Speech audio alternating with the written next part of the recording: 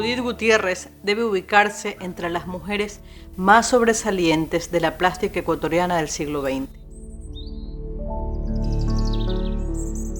Y nada menos que sumergida en las vertientes estéticas de lo profundo de América Latina.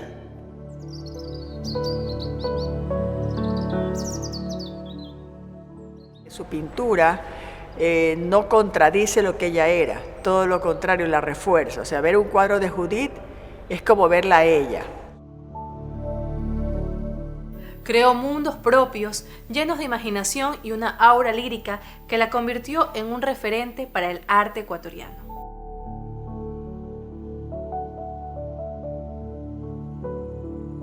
Muy sabia, muy amorosa, y era tan profunda como su obra, ¿me entiendes? Religiosa como su obra.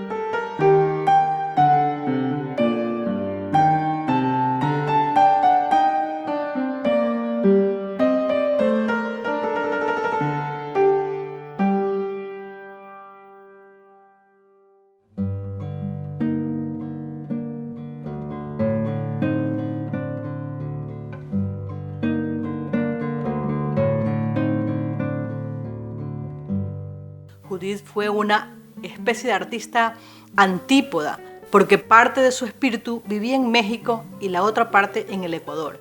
Me refiero a esa raigambre nostálgica de una mujer que nace en Babahoyo en 1927, donde sus sueños de niñez y adolescencia los vive en la hacienda La Chorrera, a orillas del río Babahoyo. Seguramente entre esas fábulas relatadas por su padre Agustín Gutiérrez, un marinero fluvial de origen colombiano y aficionado a la lectura, y la evocación de su madre María Moscoso,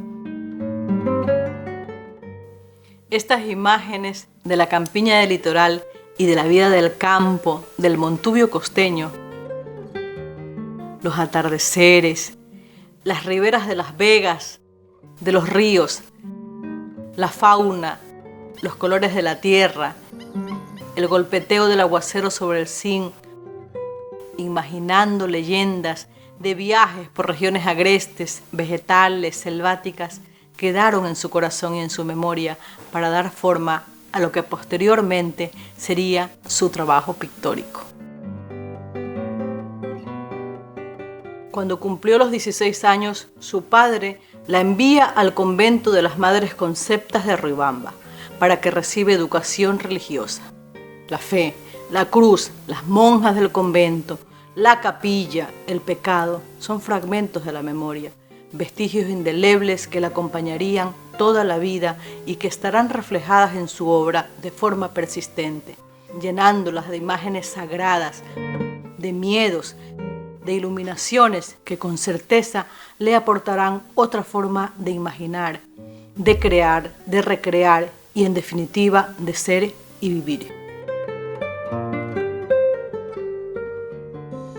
Luego pasó de la provincia a la ciudad para estudiar en la Escuela de Bellas Artes de Guayaquil.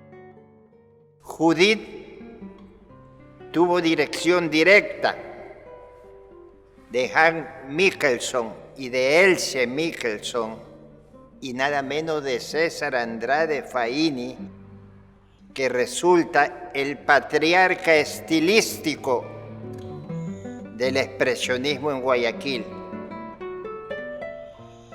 Entonces Judith bebió de esa fuente estética, emocional y humanista en la Escuela de Bellas Artes. En el año 63, un suceso tremendo cambió la vida de Judith y de mucha gente. en un proceso que se dio en toda América Latina como reacción a la Revolución Cubana. Se instauraron dictaduras de corte fascista en algunos países, entre ellos el nuestro, con el derrocamiento de Carlos Julio Arosemena Monroy. Fue apresada gran parte de la gente de pensamiento, de cultura. Miguel estuvo preso cerca de un año. Hubo presión desde el exterior, sobre todo, de escritores, de organizaciones que pedían su liberación. Entonces, la dictadura optó por deportarlo. Miguel se fue a México, pero durante el lapso que estuvo aquí preso, la situación se volvió muy difícil para Judith. Cuando Miguel se asentó en México y ya tuvo más posibilidades, en el año 64, creo que a fines de ese año, Judith viajó a México.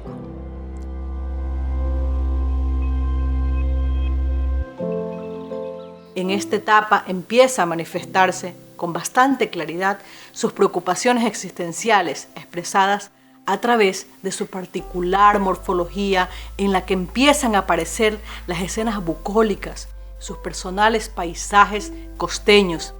Esta es una etapa donde define también las características de su dibujo. Su composición recobra esbozos primitivos, desecha la perspectiva y juega con una falsa perspectiva que empieza a manejar con libertad. Empieza también a definir su propio lenguaje cromático con una rica paleta de colores ocres, verdes y grises, también azules y rojos, matices que van adquiriendo una función semántica propia que se convierte en espacios de percepción que les permiten mostrar su esencia dentro de una poética de color e imágenes extraordinarias.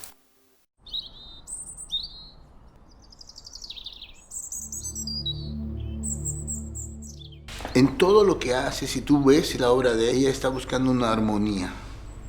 Está nadando en una temática de color muy complicada, porque está tratando de tener este color que tiene la propia naturaleza, por ejemplo los ocres, estos amarillos que están como quemados, pero siempre ha tenido una rigurosidad en ese tema del color y ha profundizado mucho en ese tema, porque ha querido de alguna manera reflejar lo que estaba a su alrededor en cuanto a la temática de color. Y ha sido un camino muy difícil, porque su trabajo es un trabajo barroco, en toda su expresión es barroco, es muy a detalle y trata de ser muy armonioso, trata de dar un relato, porque era lo que ella quería transmitir. O sea, tú ves en la mano de ese pintor no solamente al artista que obra con destreza,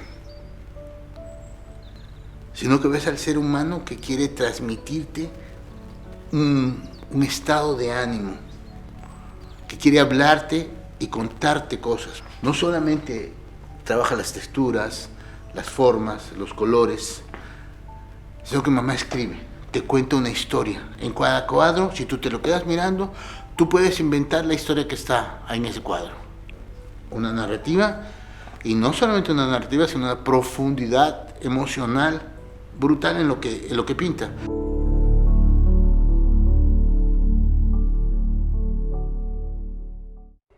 Hemos tenido que considerar el legado de Judith, que antes viniera ya al Ecuador, como una figura plenamente realizada en el concierto de artistas latinoamericanos, con pleno reconocimiento de su obra y de su accionar, militantes de una búsqueda de identidad, de una huella identitaria de nuestro pasado ancestral y de una consecuencia de contemporaneidad.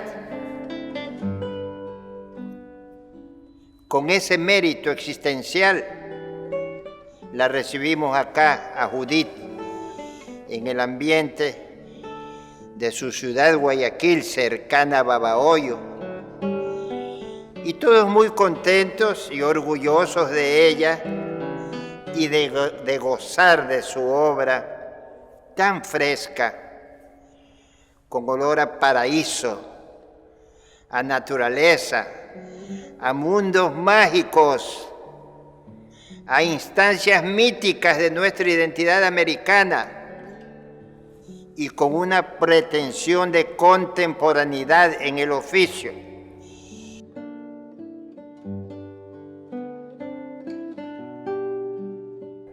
Un aporte bilateral que le dio lustre tanto al arte mexicano como ecuatoriano, porque fueron cómplices de esa búsqueda, con un arte feliz, incluso para expresar las crisis experimentales que nos ha tocado en el continente. Un continente lleno de dictaduras, de desvaríos, pero siempre ese arte primigenio y futurista, como es el de Judith, abriéndonos nuevos horizontes hasta nuestros días.